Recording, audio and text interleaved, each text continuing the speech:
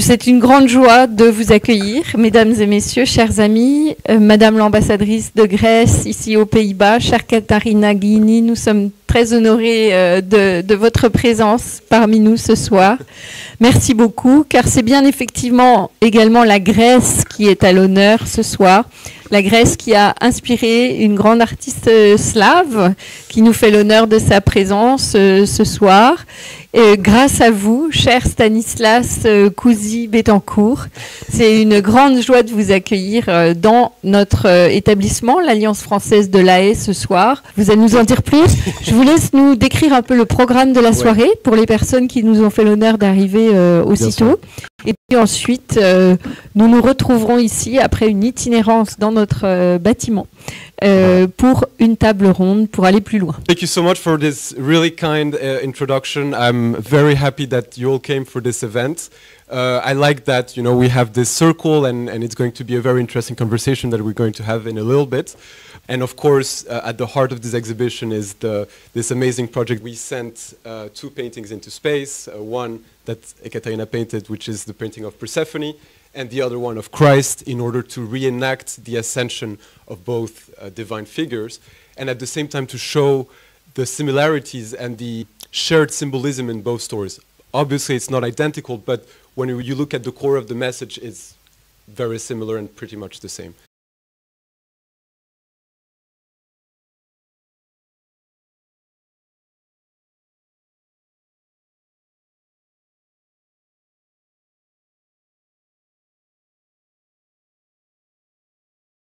Elisabeth Skogland, that unfortunately is not with us here today.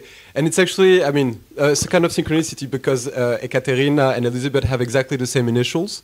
And I mean, that's the smallest of the synchronicities that have happened. But in any case, Elisabeth unfortunately is not with us here, but she has a style that I really appreciate because she comes back to the old masters.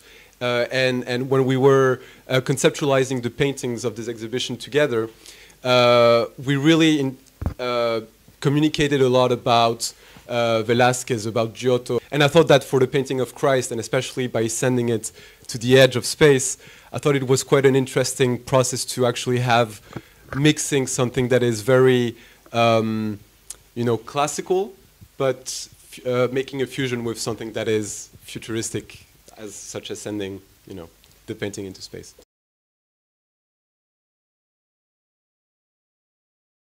How do myths help humanity, as a general question? Well, let me ask the opposite.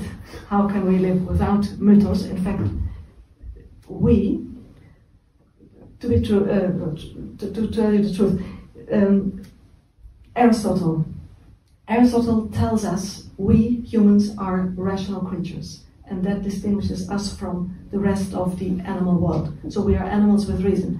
But though I hate to disagree with the great statuette Aristotle, you could as well say that humans are storytelling creatures, because that's what we do all day, and most of the stories that we tell each other are not really true, but somehow meaningful.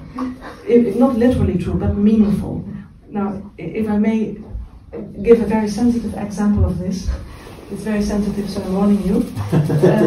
Namely, think of it, whether what you say is true, literally, or is it just meaningful? Not just, is it meaningful? These two things are different. So, when I was young, that's a long time ago, people, when they loved each other, they used to say, I love you because you are special, you're so special. So, look at the word because that is what I want to point out here. If you say, I love you because you are so special, think of it, is that true? Obviously it's not. Cannot be. I mean, we're with 8 billion people, and yeah, we resemble each other like raindrops. It would be very unlikely that you would love someone who would be somehow special. I mean, it's just the same. You could, if you want to say the truth, but you shouldn't do that, then you could say, I love you, or it's the other way around. Because I love you, that's why you are special to me. It's the opposite. So you could say, in fact, you are very average. I could spit out of the window at 9 of you, but because I love you, that's what makes you, in my eyes, it's meaningful. Okay, so don't try that at home. But really, most of the stories that we tell each other have something meaningful. That's why we talk about it. Or if we go to movies, we read novels, but also everyday stories. We talk about things that touch the heart, and in many cases it's not really true. If you want to be really truthful, go to the sciences. Even there, they tell each other stories. And most of it is really not true in the strict sense, because if it's supposed to be true, you have to come up with proof, and that is really a very complicated thing. So even in the sciences, lots of narratives sneak in, and it's good to distinguish between what is a narrative and is meaningful, and what is really true, that's to say, which is really logically and empirically testable in the outside world. And these two things are not the same. So now the artist is the one who is a master or a female master in the realm of meaningfulness. And if we don't have art, no music, no good movies, no artist, then life is just dry, and we dry out, we can't live. So humans need meaningfulness, and because we need meaningfulness, we need myth.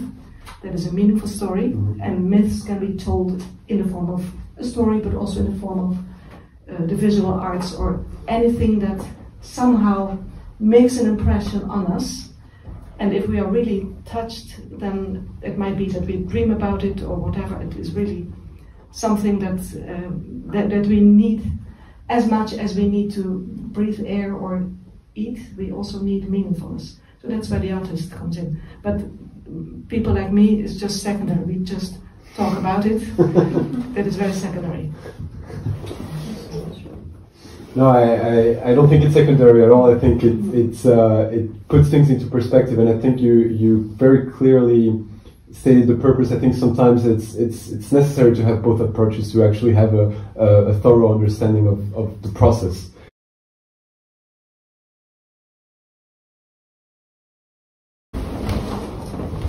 Thank you very much, Stanislas, and thank you so much, Professor, for enlightening the world of mythos. Surely I'm going to drag you into the world of the feminine. Obviously, Persephone here is the charming dancer of that myth that you can maybe tell us a little bit more about. But to me, the story that touched my heart the most and has shaped a little bit the course of my life is the story of Mary of Magdala. Mary of Magdala, who is the one who, in the story, again, how true is it or not? And when you were talking about truth, I remember when we quote Christ in the Bible, he always starts his sentence, in truth, I am telling you X, Y, and Z. That's how he speaks. En vérité, je vous le dis, and then he speaks. So, why does he do that? That's a question to Professor that I would like to ask, because since you told us anything we say, the moment the logos is embodied, it becomes untrue. That's what you said. So, why is it that him, who is supposed to be the logos embodied, et le verbe s'est fait chair, et il a habité parmi nous, and the word became flesh and inhabited amongst us, then he always starts his sentence as it is written. How true or not true is this? I mean, there was no direct reporter, you know, taping what he was saying, but each time it's written, it always starts, in truth, I am telling you this. So anyway, when Christ dies and goes to the Hades of Persephone, he is killed, very much a political manslaughter to my mind. Then he comes back to humanity. How is he embodied or not, incarnated or not? Anyway, he comes back to Mary of Magdala. And she is the one, for me, she's the female figure who appears in the Gospels. That story touched me most because when Christ comes back, he asks her to go and say to everybody, I am back, I am resurrected from the dead. Okay, so he is a man, So a lot of people believe the Son of God, others believe he's a prophet only. Anyway, but he talks to a woman in a time where patriarchy is dominant and you don't consider a woman capable even to listen, hear, receive a message, let alone to go and spread the message around. And the story that follows is that she's going to be pretty much crushed and erased and pushed aside and not being given the right place that she is entitled to have. And there is a gospel according to Mary of Magdala, as many of you know, but this gospel is not officially acknowledged by any church, nor is it proclaimed.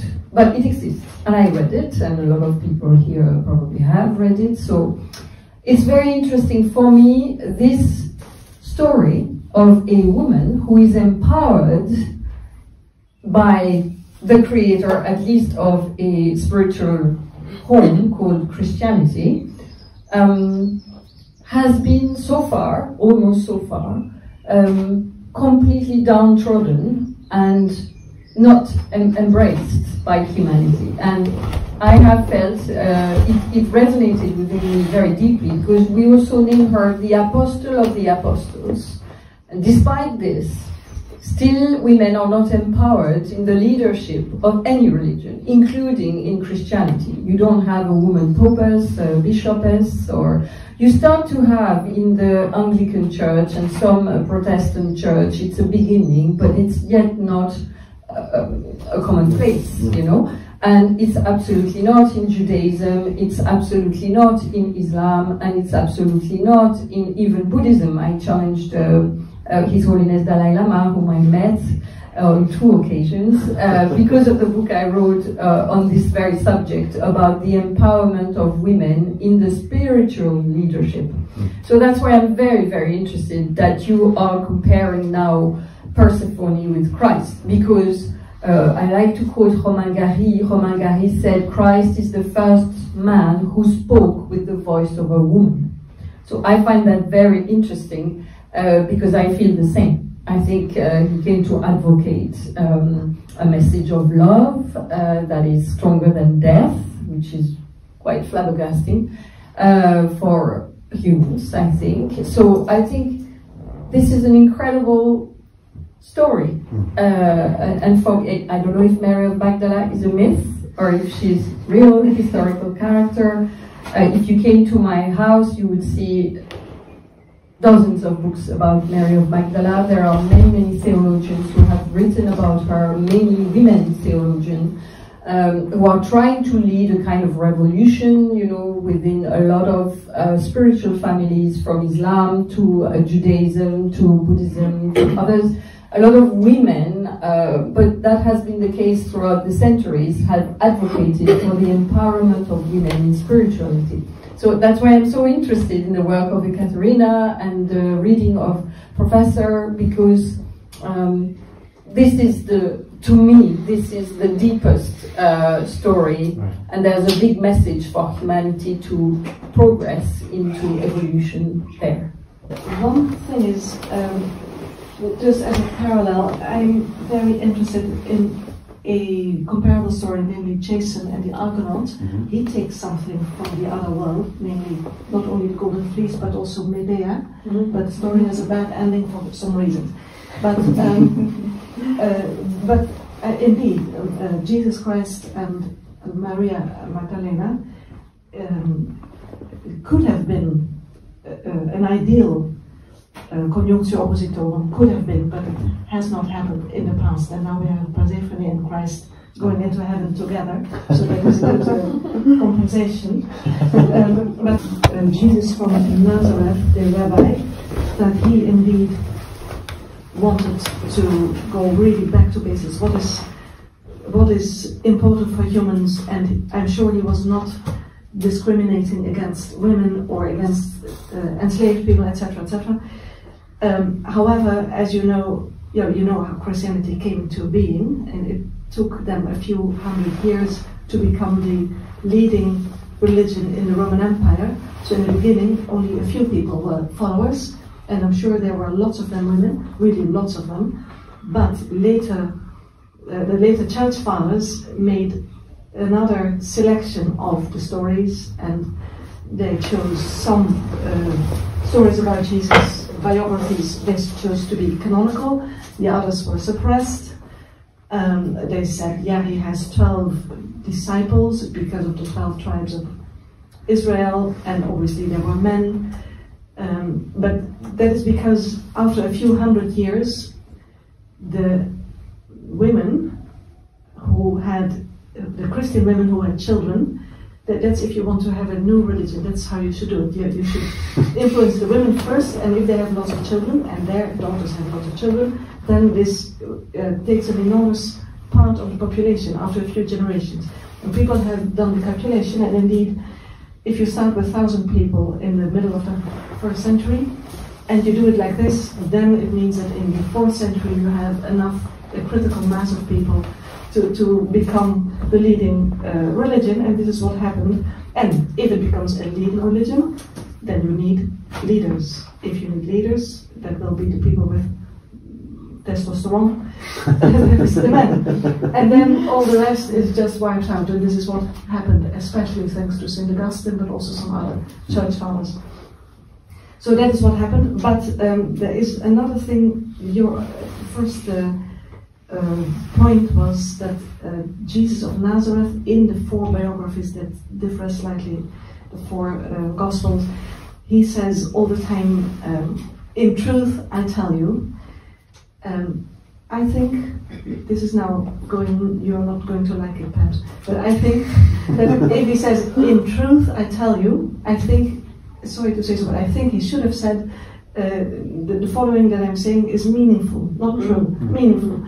But people use that word truth for something that they could have called meaningful. But if you mean truth in the sense of logically and empirically testable, according to some methodology, that is really very different. But he means, I think this is the most important thing, it's meaningful.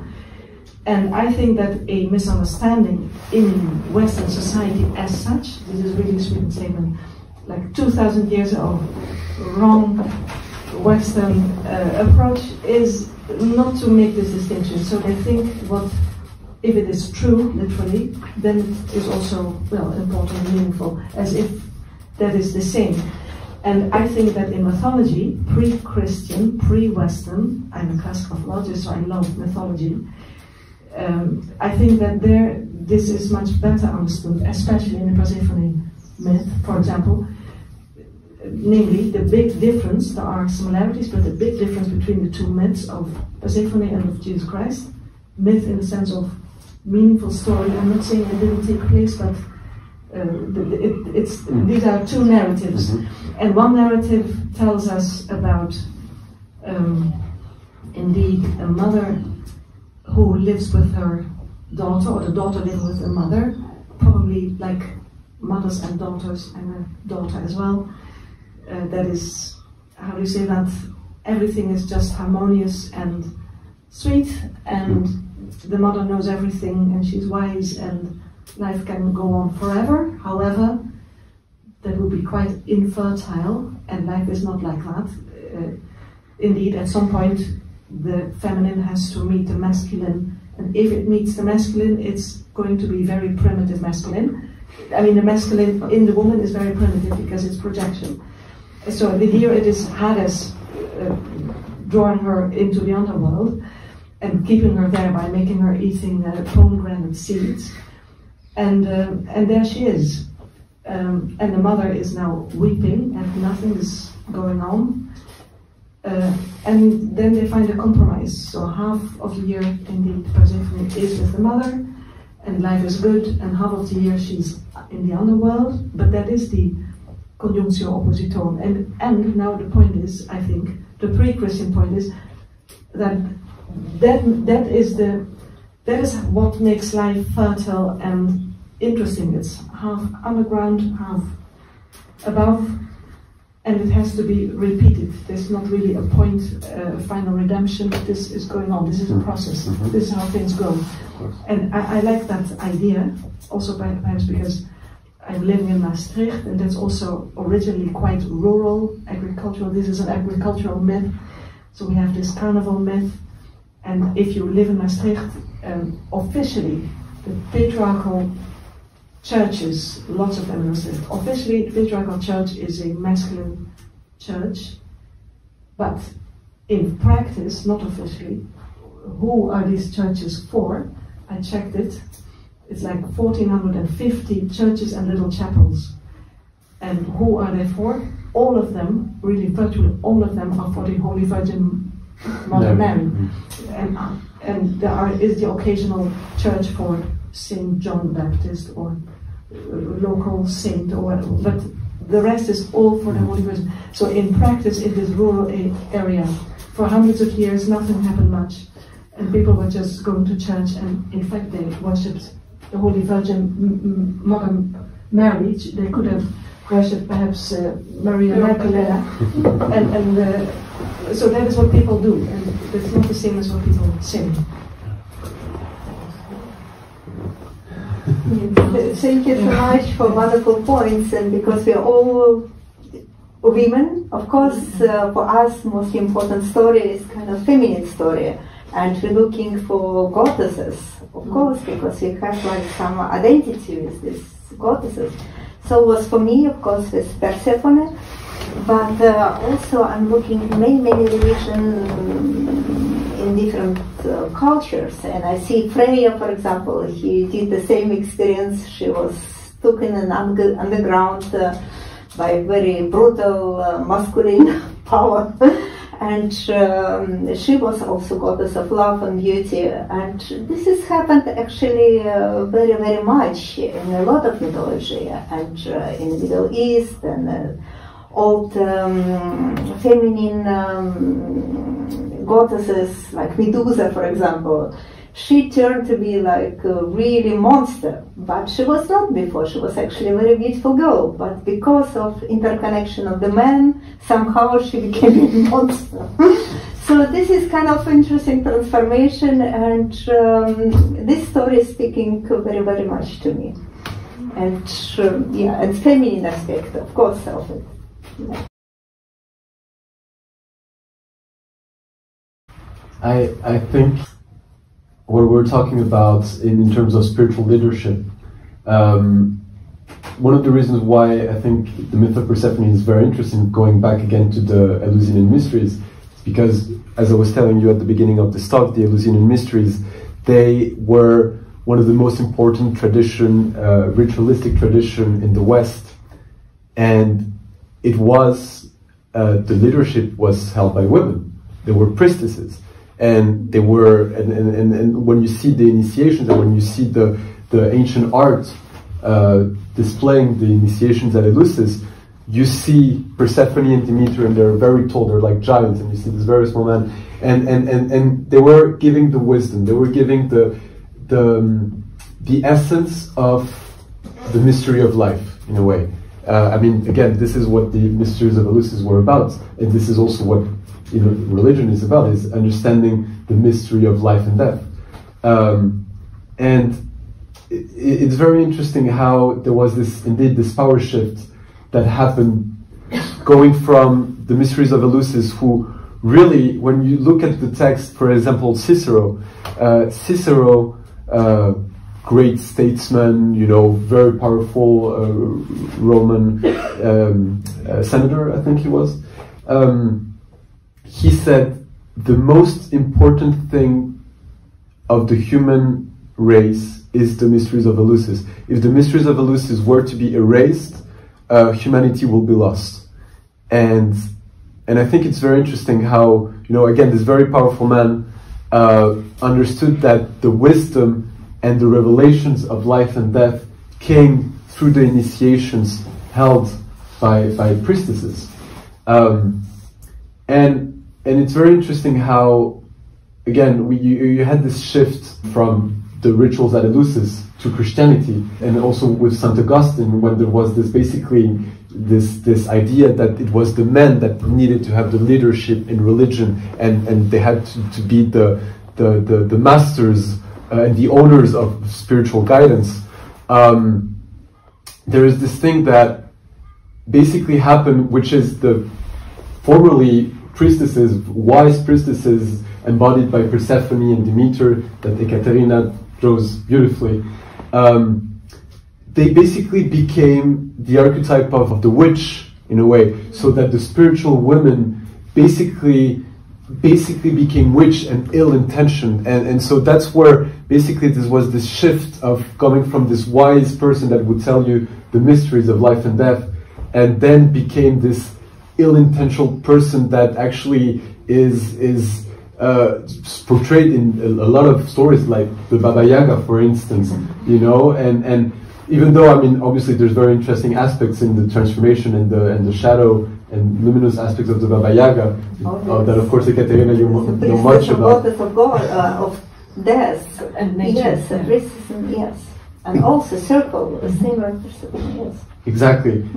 But in a way, I mean, even though there's a lot of wisdom as well in those stories, you really see this cultural shift that happened, and categorizing the spiritual woman as grumpy, reclosed in nature, that you shouldn't approach, like that are not to be trusted. In Eleusis, and to finish on that point, in Eleusis, when the first time that I saw Hélène, and Hélène was, you were talking about spiritual leadership and the lack of female spiritual leadership in Christianity, I thought that this was extremely interesting, and especially that nowadays, I mean, in terms of equality of women and men, I mean, there's been huge progresses, and we see a lot of like female leaders in all kinds of sectors in business and in politics. But it's incredible that Christianity has not yet accepted that there needs to be a hierarchy of women as well, that should be, spiritual guides as well, that should have the legitimacy to be spiritual guides. So. Yes, thank you so much, Stanislas. Later on, Christianity, also Islam and Judaism. I mean, you have figures emerging now with women imam, women rabbi, women, but they are still very much, alone. And but I just want to bounce on what you talked about women being witches. In this Alliance Française, we organized an exhibition on the myth of the women eternal witch, and there's a professor could tell us about the presence of witches here in the Netherlands, the fact that they have been sacrificed, a lot of women have been sacrificed and women slaughtered, if that word exists, here in the Netherlands, and that's a tradition to lay white flowers in different places in the Netherlands on a specific day, I think it's in November, on the places where women were sacrificed because of being accused of witchcraft. And again, it's very funny because I don't know how it sounds in English, but in French, when you talk about un sorcier, you have the recent Harry Potter story, un homme sorcier, a man who is empowered with witchcraft, is fantastic. You have Merlin l'Enchanteur, and you have all these figures of the man who is having spiritual power for the magic. That's always positive. And if it's a woman, it's a horrible witch. She's negative. It cannot be a glorious figure. So that would be interesting to have the feedback of you, Professor, on these myth stories. Each time the woman is empowered spiritually, she becomes a whore, even, you have Mary of Magdala was made into being a whore by the canon church, when she never absolutely was this, So how is it? We understand that there is a connection in between sexuality,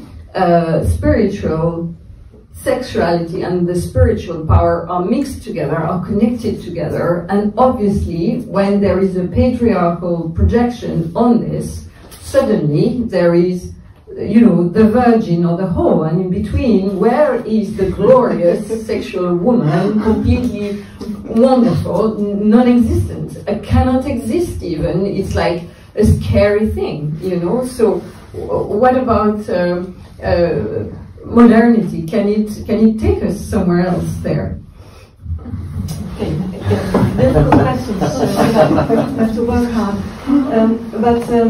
Obviously, Platonism and Christianity are to blame. Let's blame a few schools of thought, but it came together with the church fathers, and then especially the successful Christian thinkers who did very good things, by the way, in some respects, but not so much when it comes to the emancipation of, for example, women. So think of Thomas Aquinas and the very official Christian dogma, Roman Catholic dogma of the Holy Trinity, and it's always a triangle. You have the Father, you have the Son, you have the Holy Ghost. In fact, in the 4th century, they had a lot of debates amongst each other, these patriarchs. Shall we call the Holy Ghost a female ghost, like anima? They said, no, nothing feminine here. So only the Father, the Son, and it must be a spiritus, must be a masculine principle of spirituality. And that is holy. And then what, if that is holy, then what is not holy? So that differs very much from the pre-Christian mythological pantheon, the holistic one that you like in the Persephone myth. Because if only the Father, the Son, and the Holy Ghost are to be worshipped, because holy and eternal plus light, and they're above, and they don't have a body even, and they do not do anything sexual, and they are not animals, they don't do anything with vegetation, etc. Everything, the exact opposite of this Holy Trinity is then evil. So what is that? That can be the feminine, can be something that is the opposite of God, that's the devil. And what does the devil look like? God is a very old white male with a white beard, and he's very much above on the clouds in the light. So devilish is then the opposite. If you are a bit dark, perhaps, or yeah, you know what the devil looks like. Unredeemed bestiality. He has these horns. He has hooves. Can be reddish, sexual, unredeemed sexuality. Doesn't live above the clouds. He lives below the ground in hell. So the exact opposite is then completely wrong and immoral, and you should stay away from it. You can project it on other people. So the feminine is not divine, and evil is not divine, and vegetation is not divine, and animals are not divine, and matter is not divine. So working with your hands was not seen as something good either in Christianity for hundreds of years.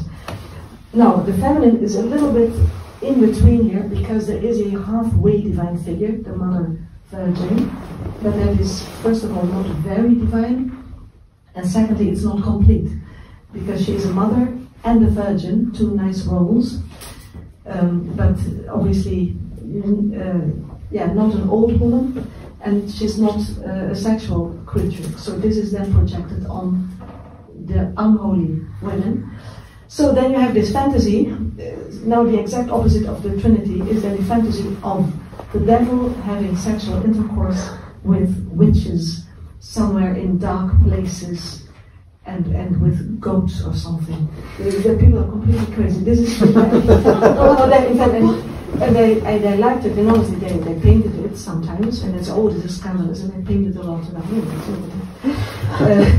But that's all funny, but it's not funny obviously if the projector falls on you, because it means indeed that there must be in the outside world good women, they are mothers and virgins, difficult to combine, by the way. And so if someone doesn't fit the bill, then this is then the bad woman. That could be the old woman who doesn't obey so easily what is told her, etc.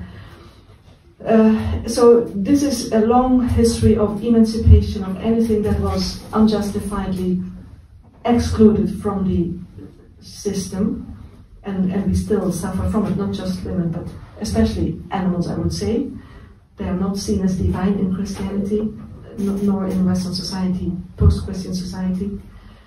And the same with yeah, people far away, you can project devilish things on them if they don't look exactly as your paintings here in Europe, etc. So this is a long process, because, I'm repeating, I'm sorry, but I think with Platonic Christianity, very good things did it have, but it also was very one-sidedly oriented on only masculine values, and it was not holistic like the pre-Christian Persephone myth, because the holism here is, there is this hieros gamos, that is the holy union of opposites, fertilizing, it's under the ground, that is Hades and Persephone, and that is needed to be fertile afterwards.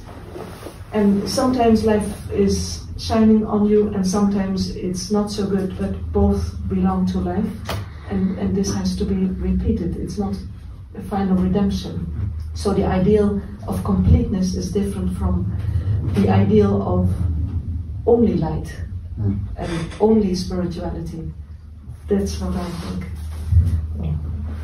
Thank you so much, Professor. Actually, when we met in together, the three of us in Elefsina, it was extremely moving to go through the archaeological site. I really hope all of you will one day go to Elefsina. It was capital for culture last year, and it's just amazing for, at least for us women, I don't know for you men, but to see these gigantic statues of women priestess, you know, and performing probably sacred acts, and it's extremely overwhelming and just very beautiful. I think we've reached a stage where we might be able to open the floor to our guests, and we would love our Greek ambassadors who are really gracing our evening, maybe to react and give us a sound from Greece. That would be a great privilege for us.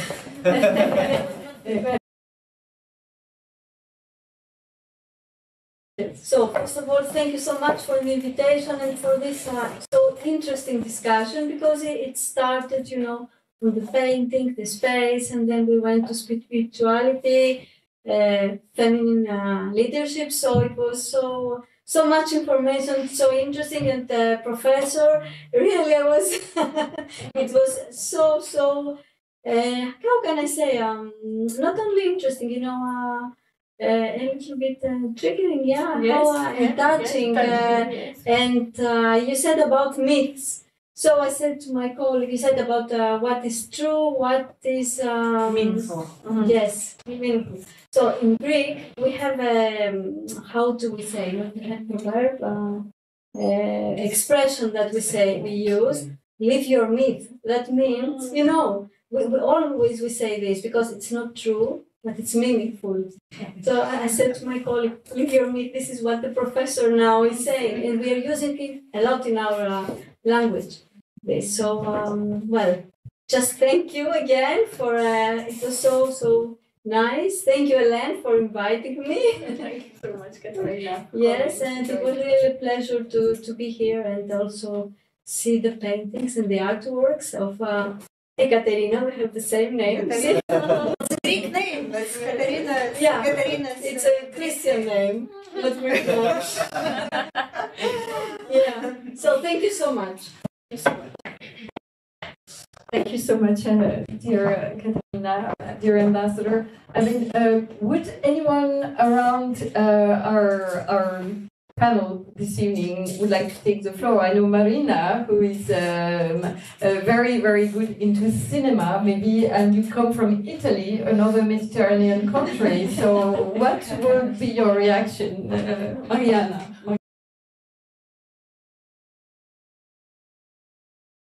I was interested also in a symbol that is a symbol of pomegranates.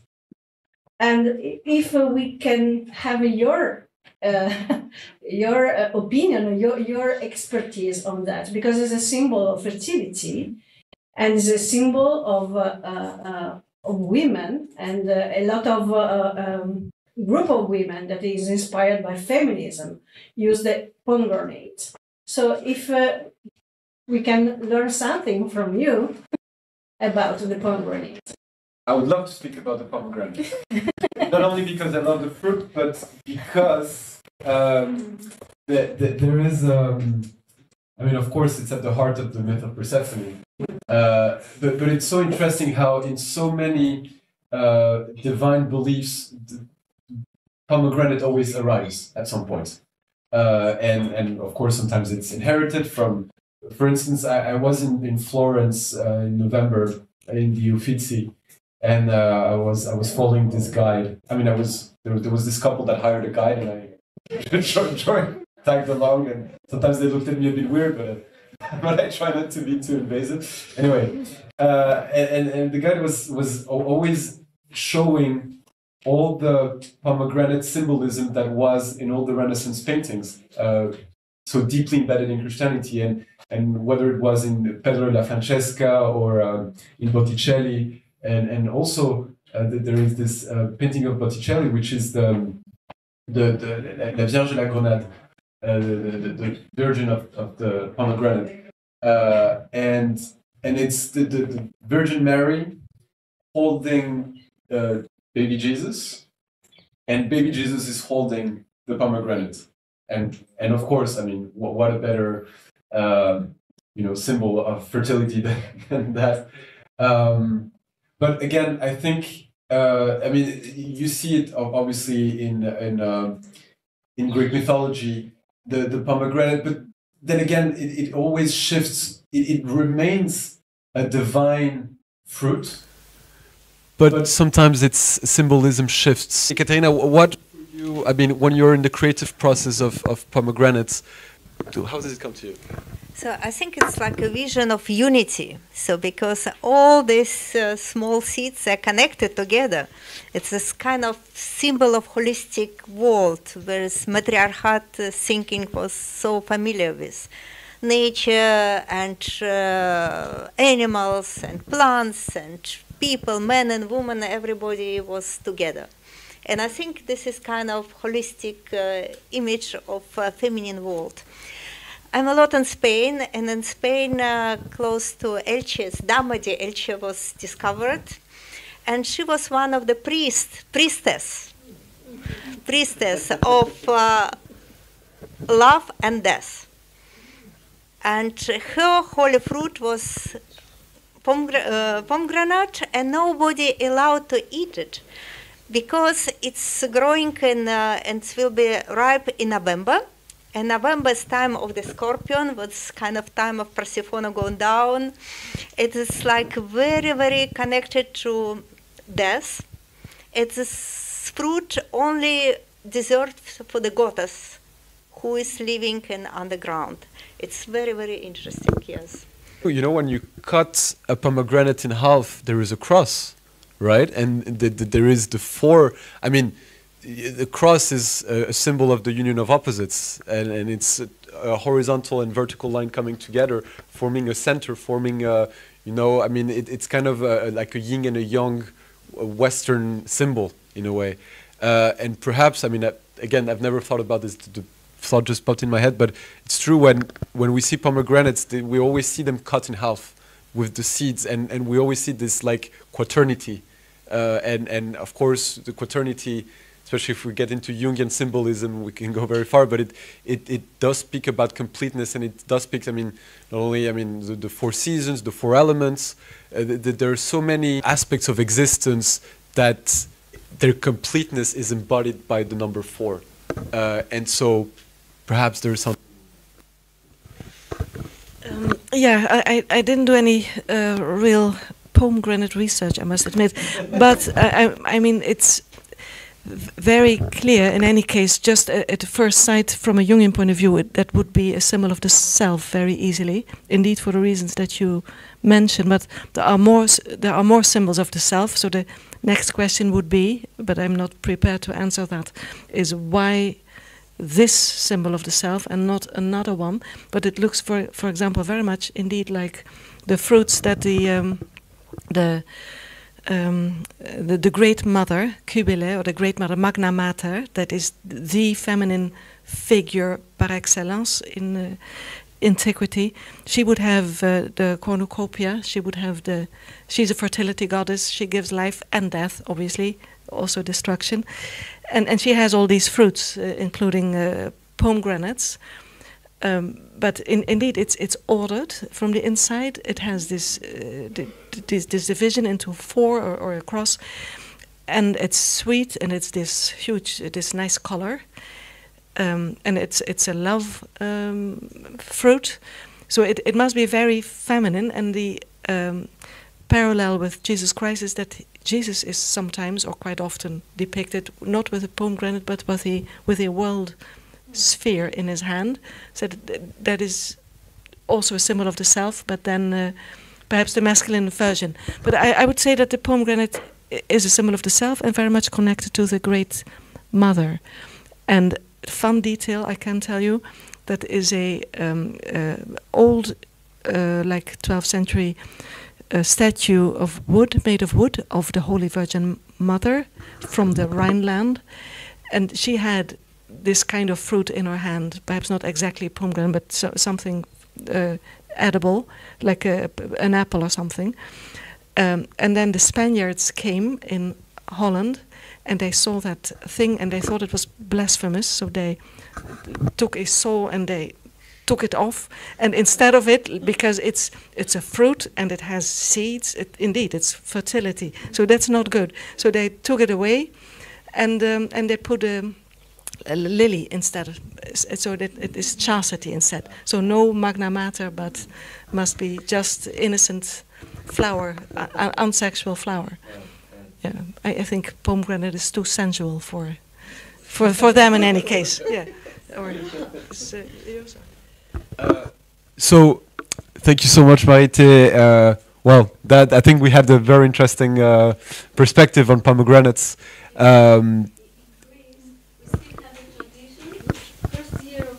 First day of the year, sorry, to have always a pomegranate at the house, and the first person who is coming in the house on the 1st January, he has to break a pomegranate. So it opens, and this means happiness and wealth. Yeah, we still have this tradition in all Greek houses.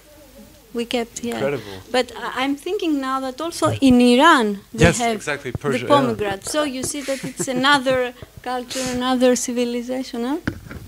Definitely. So something, yeah.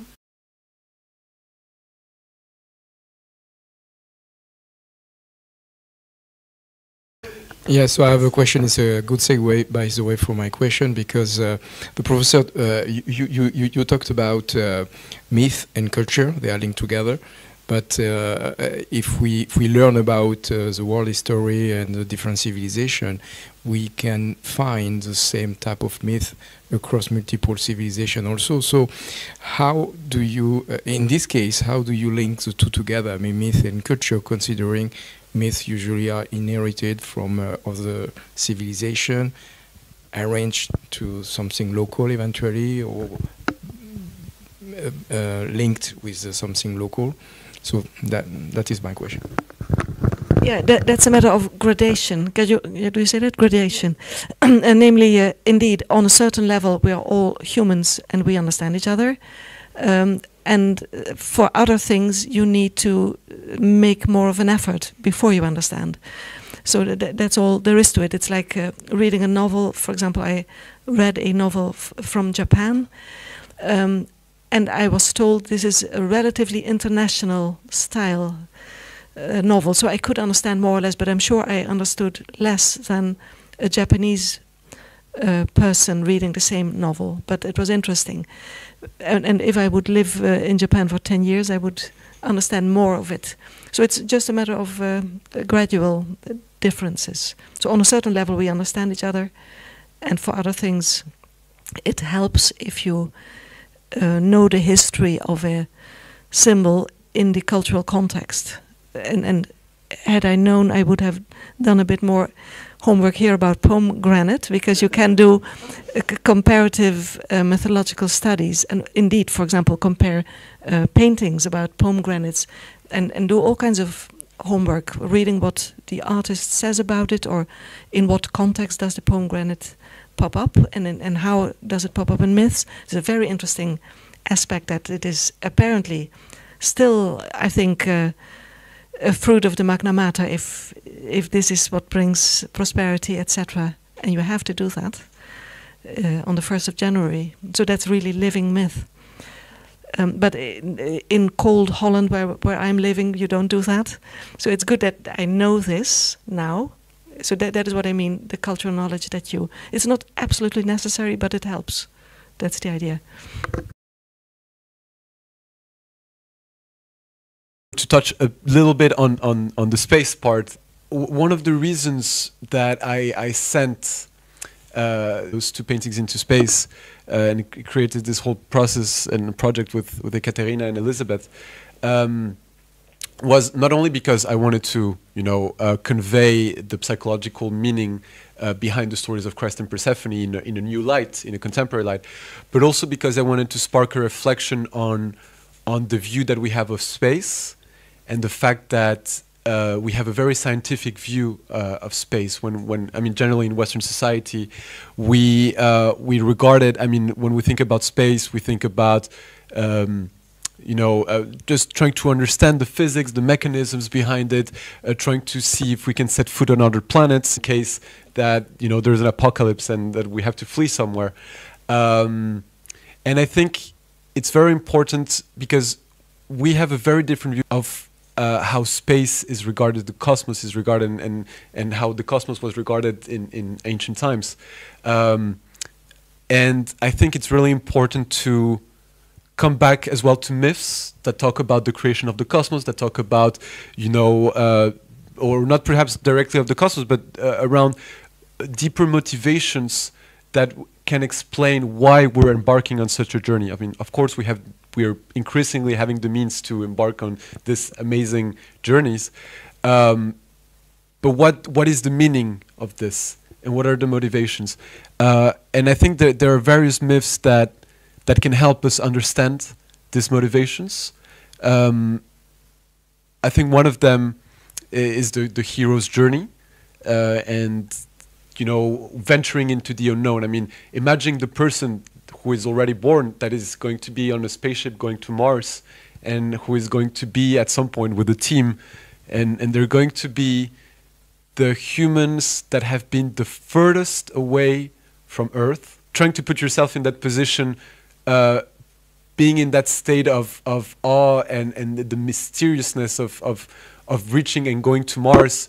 But at some point, especially, it's a long way, and at some point, you don't see the Earth anymore, and you don't see Mars, and you're just in the vastness of nothingness.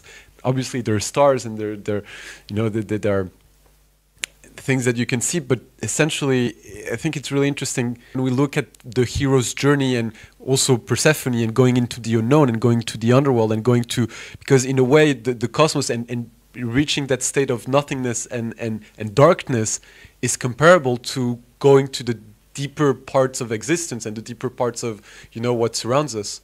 And I think there is an unconscious motivation, I would say, that is this hero's journey. So I address the audience if they want to participate about this journey of embarking into discovering the cosmos. My first education was actually mathematics, physics, and computer science. And I always wanted to discover the universe and find a question of the universe and the unity of the universe. At some point, I decided we need actually art. We need art, we need some imagination, additionally, just for the mathematician formula. And what you did, actually, you combine these two wonderful things, science and imagination, art, together, and brought to the cosmos. I think this is a wonderful answer, and giving us a lot of idea and inspiration, how it can be. Yeah. The going into space indeed can be as dark in the end as going into the underworld. So there's some similarity here. But in fact, the artworks were the pioneers in this case, and they came back on Earth safely, a little bit harmed, but that adds to their artistic value, I'm sure. I'm very much a Jungian, and from a Jungian point of view, indeed, humans are pioneers. That's what humans are. We always want to go to the edge a little bit, beyond it, a little bit too much, always, then we get punished, and then, but next time we go further. That's what we do. if it's really too far, then it is hubris. So the thing is, indeed, if we do these things, we should not forget, indeed, that we are human. We should have our artists and have a narrative about it. Because if you do more than you can actually process, then life becomes meaningless, and then it is just atoms, and you don't know what you are doing it for. So it is. We should try to do a little bit more than we can, a little bit, and then process it and do it again. But there's always the danger that we go too far. Yeah, that's what I would think. Yeah.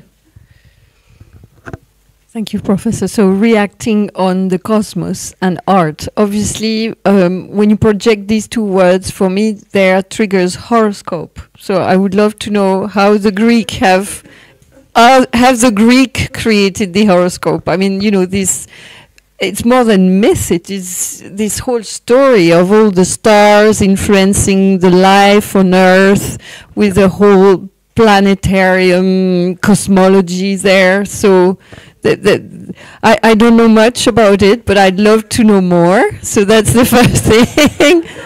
They don't know so much. No? Maybe you want to react on that? There's a microphone here. Sorry, I don't think this is the right question to ask. I don't think the horoscope was invented by Greek, so we cannot say many things. But given the chance, I would like to tell to the artist that when you said now that you've studied maths and physics, and I realized that what I saw in your paintings was a very symmetrical thing, and that I could not imagine, but now, you know, I can combine it. And just another thing, and probably we should leave, sorry, that it's all about the eternal question of life and death, and that's why all the conversation is so interesting today. And I think that some people can answer it by religious, some people can answer it by mythology, and some people can answer it in art, and I choose art, and thank you so much. Really beautiful. Thank you so much for the comment. We have another question there triggered.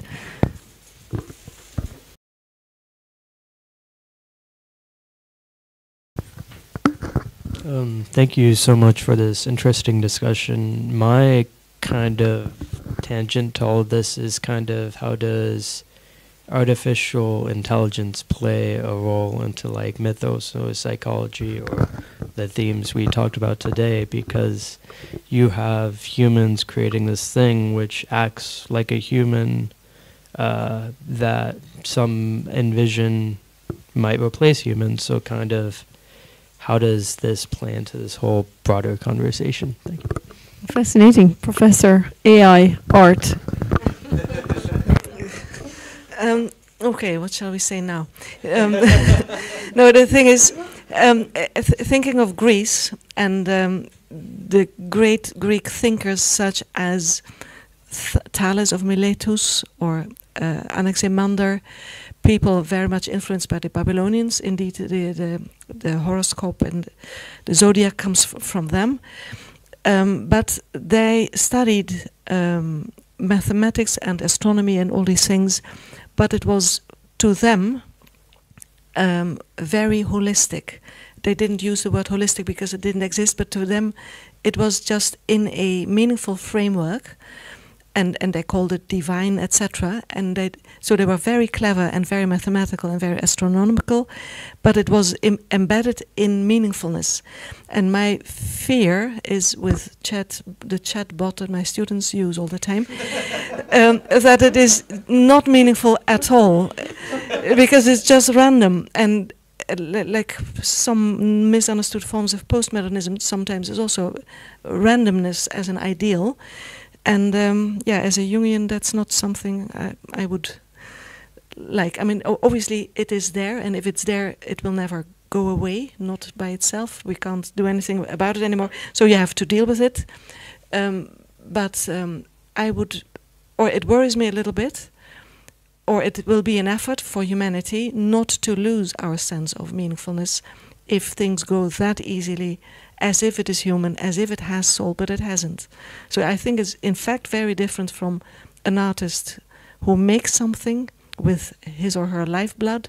Is, I think, very different from just recycling things in a random way, even though it may seem meaningful. But that's what I think, but I'm not an AI expert. Yeah.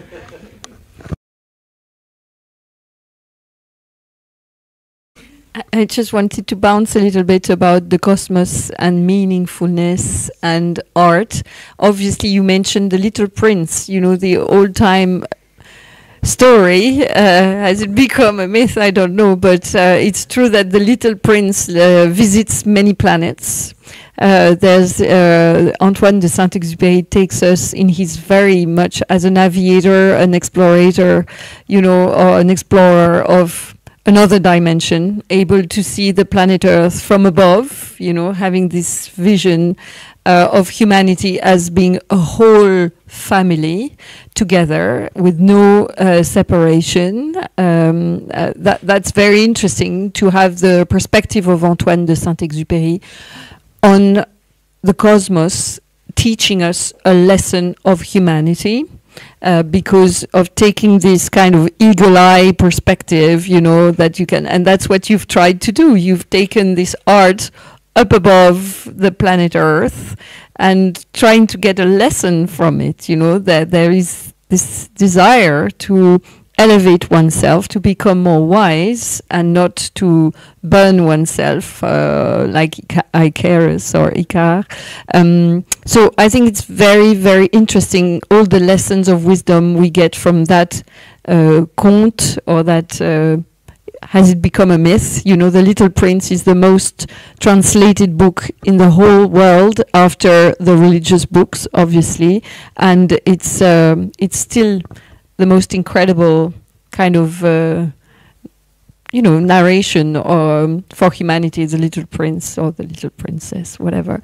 But there is much to say about that, and I thank you for being, in your own way, Stanislas, a little prince. That's what you're doing here. Any reaction from the audience? We are about to wrap this round table. It's almost 8:30, and we've had a very rich conversation. So we don't want to exhaust you either. But if there is a last question from the audience, we're very happy to take it.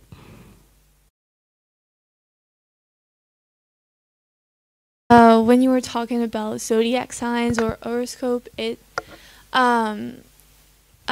Hermanès and Damien, in the preface, he said something along the lines that you are the concentration in one point of the universe, and horoscopes, and especially like a zodiac chart, is basically the map of the sky when you were born.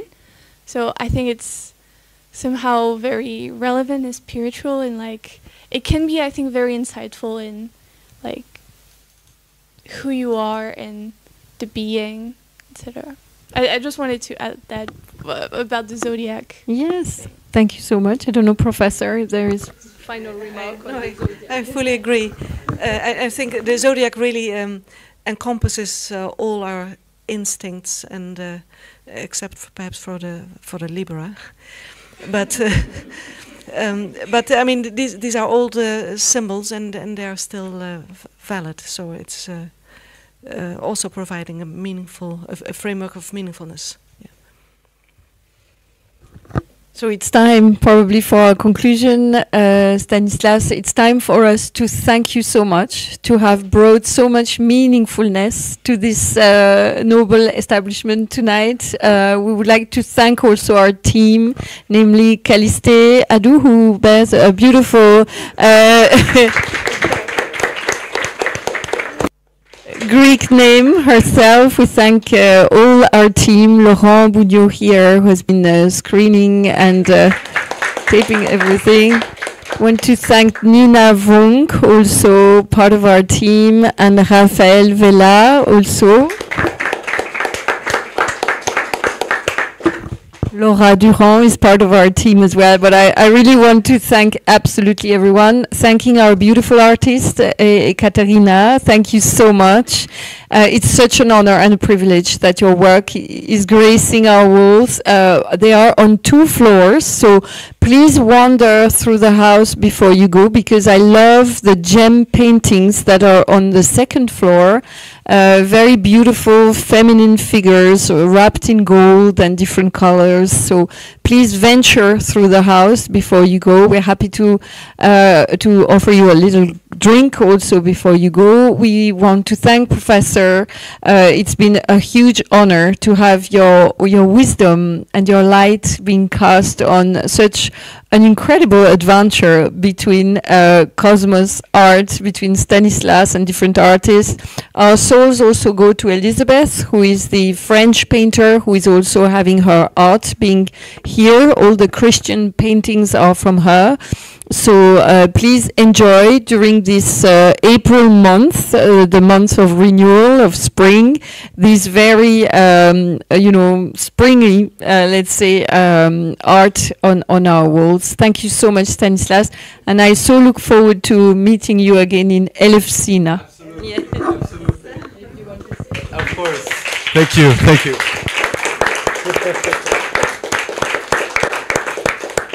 First of all, Hélène, thank you so much for hosting this event here at the Alliance Française.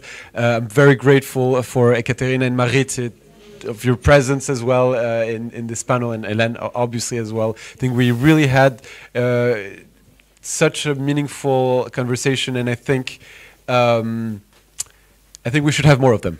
Yeah. I think we should have more of them, and hopefully the next one in Elefsina. Thank you.